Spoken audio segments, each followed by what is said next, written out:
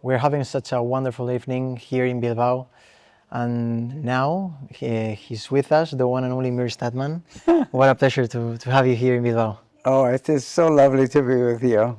So first question, are you enjoying this? Are you enjoying the event? How is it going? It is wonderful. It is really wonderful to speak with people and find out that people are people everywhere. Yeah, absolutely. How has this trip been first in Madrid, presenting your book that I know that it's gonna be a huge success, as I've already picked at it.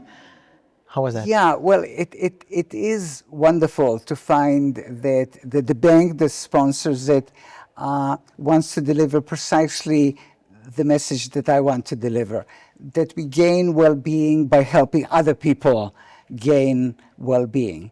And of course, well-being is more than money. Now, when you think about banks, you think about money.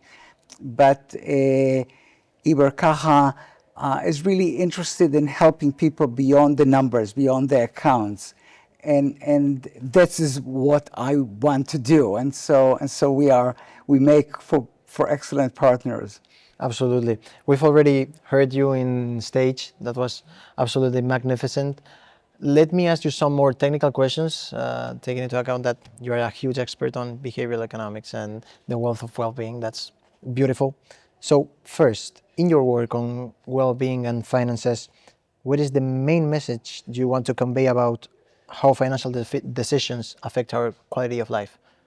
So what I want to make sure is that people understand that financial well-being is very important. It's very important in well-being, in life well-being on its own. But it's also very important because it underlies well-being in all other domains. That is, you cannot have a family, you cannot support a family without money, you cannot have health, seeing a doctor, going to a hospital without money, you cannot acquire education without money, and so on. But then money is not everything. That is what you need. Money is to support family, and eventually well-being comes from family, from marriage, from children, from health, and so on. And so we have to look at life well-being as a portfolio of all of those domains. So going in depth on that, how does human behavior influence investment decisions, and what can investors do to make more rational decisions on that? I think that investors can make smart decisions, rational or not. And I think that here standard finance is very helpful. That is, for example, it says that you need to diversify. Now, I know that in Spain, there is great affinity for real estate as an investment. And that's good, but real estate is not diversified. And so it's wonderful to have real estate. I have a house that I own, and that is part of my portfolio. But it's not enough because prices of houses go up and down. So you need to have other assets that would balance it. So you have to take risk in different ways and get the benefits of diversification of risk, such that you have an overall good financial well-being and life well-being. A truly diversified portfolio, right? Yeah, it is really a basic principle that is simply true. And I know that in many places, even in the United States, there are some people who say real estate is the way to go.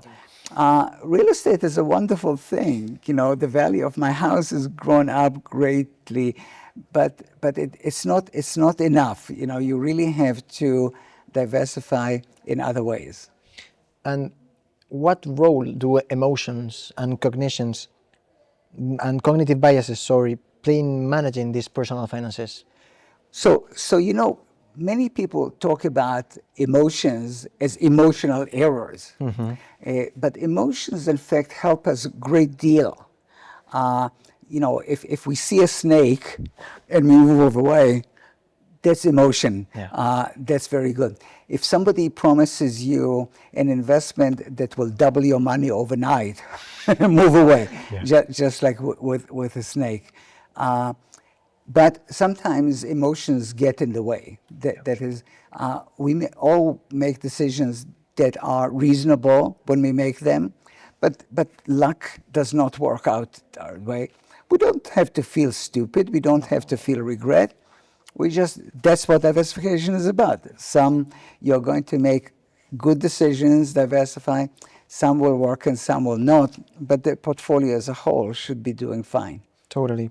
And just to end up with a quick question, can you explain how behavioral finances differs from traditional finance, and why is this distinction important? Because I know some people actually don't get the behavioral finance way. I don't know. Well, I think that standard finance is very important, but in some way it is way too narrow. That is to say, people are rational. If people are rational in the finance sense, they don't need to learn anything, just intuitively do the right thing. Well, we know that it's not so, that people have to acquire financial literacy. And so we have to move from talking about people as rational or irrational to talking about them as normal.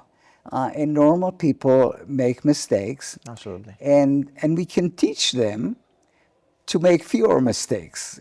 And so that really is a joy of it, where I feel as a teacher, as a professor, that I can help people make better choices that will enhance their financial well-being, get them higher returns, lower risk, and in the process enhance their well-being.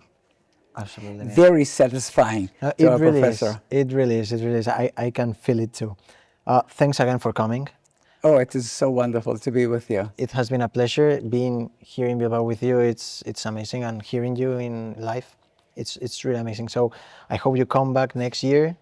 I don't know where it's gonna be, but I hope you are with us too. Oh, thank you. That's very kind. I surely look forward to it. Thank you so much.